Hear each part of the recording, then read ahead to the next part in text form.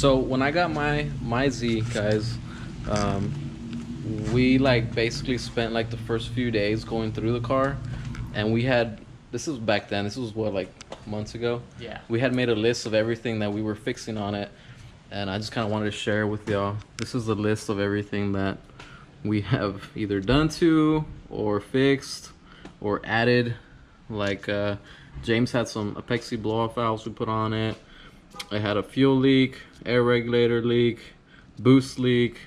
The fuel pump was missing the O-ring. It had a bad motor mount. Yeah. It was missing the whole power steering pump assembly, all of that, guys. And James had spares, so we went ahead and we put that together. It had a loose battery terminal, but we ended up replacing the terminals. The huge wheel spacers. Yeah, the wheels, the stock wheels came with these huge wheel spacers, guys. I guess they were like into the whole like stance scene or whatever, and they were ridiculous. So we took those off. We drilled coilover adjustment holes on the back, which I think I've showed y'all before. We adjusted the hood a little bit, the nose panel. It had a bad fuse.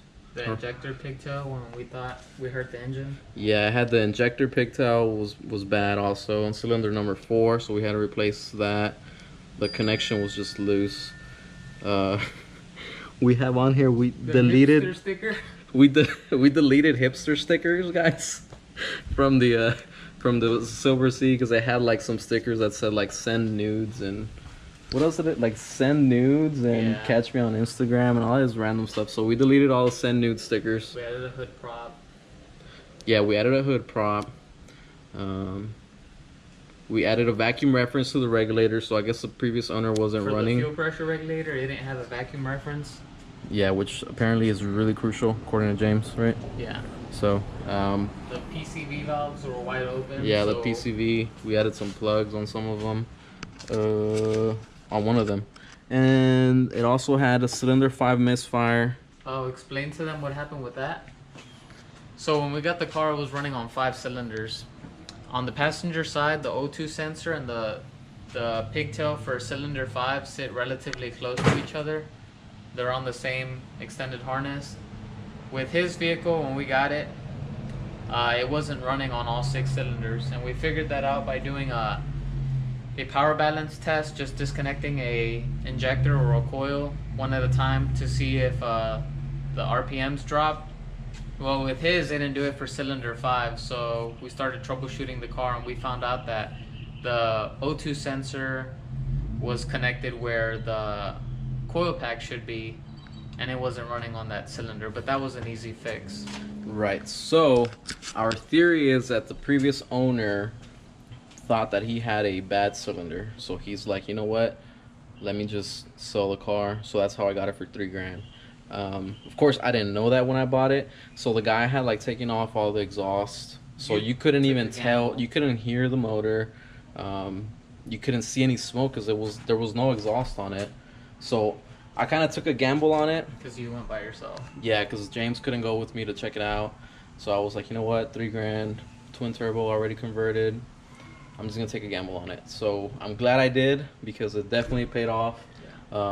It was an easy fix. The guy just had the wrong connector connected on cylinder number 5, so he was running his O2 connector as the coil connection. So that was that. We found some ripped vacuum hoses. We adjusted the timing belt because it was off. Yeah, it was off one tooth, guys, which is really bad. So this is all stuff we did to the car in the first like 3 days. The pilot bushing when we replaced your clutch. Yeah, the pilot bushing, we also did that. Then we found the actual the fork inside the transmission was on backwards, remember? The throwout bearing was installed backwards. Yeah. And we only found that out because his clutch went out. He had a sprung clutch that has like 6 springs to dampen vibrations or whatever. One of them fell out and it was wedged between the pressure plate, so he couldn't get in and out of gear anymore. So we dropped his transmission to replace the clutch, and that's when we found out that the car had no pilot bushing at all. Yep. Or it ate itself up. and then we found the issue with the throwout bearing was installed wrong. Mm-hmm. Yeah. So, like, I know it's been like a long road, guys. I mean, we did a lot to the car to get it to where it's at right now. It's got AC now. It's got power steering now. You know, it's got eBay turbos, but They're still working. They're still working good. You know, so we kind of nicknamed the Z Lucy, not because not Lucy, but Loosey, because we found so many loose bolts on it, loose connections. So it's Lucy Z. Of course, we still have stuff that we need to do. Like I do want to get a short shifter. I need to fix the 4th gear synchro. A wideband, big one right there. Need a wideband. So the HIDs, the power steering sensor. We haven't updated this in a while. Yeah, it's been a while, but you get an idea of where we're going with it.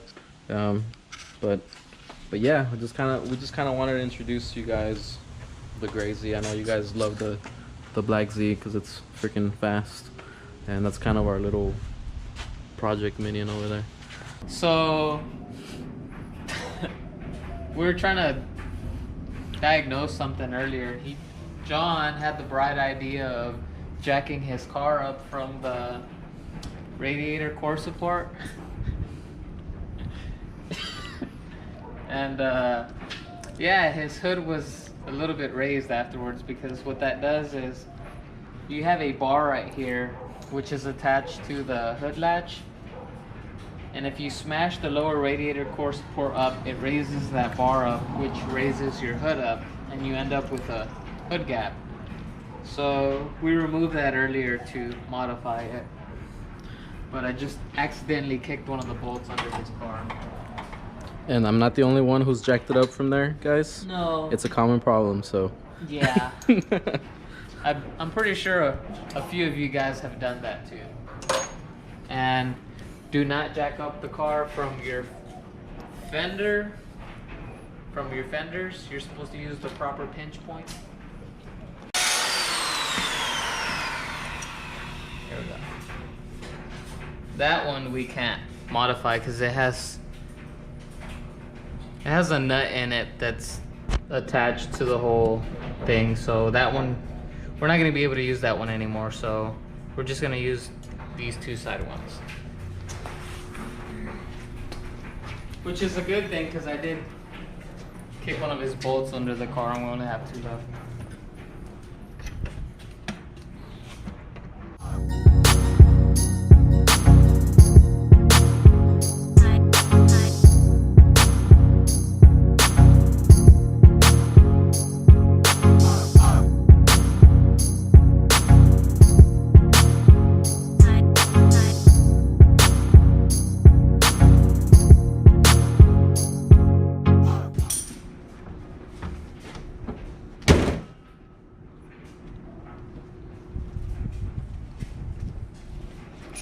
Much better.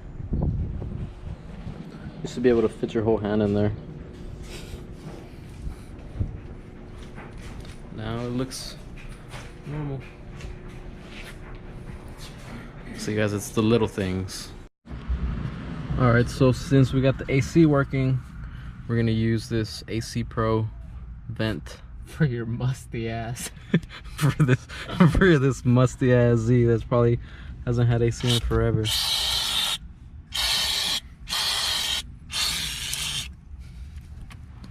Comes with a straw, guys. Yeah, but we don't have the straw, so we're just gonna make do.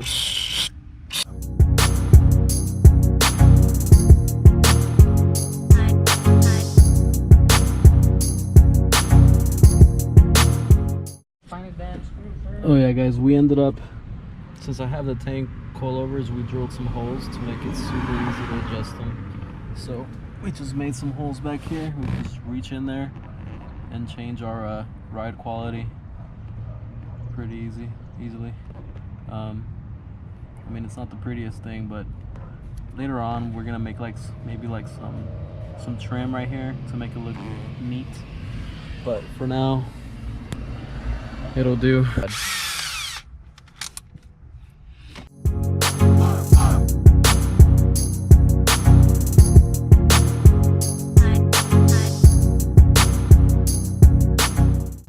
flash too.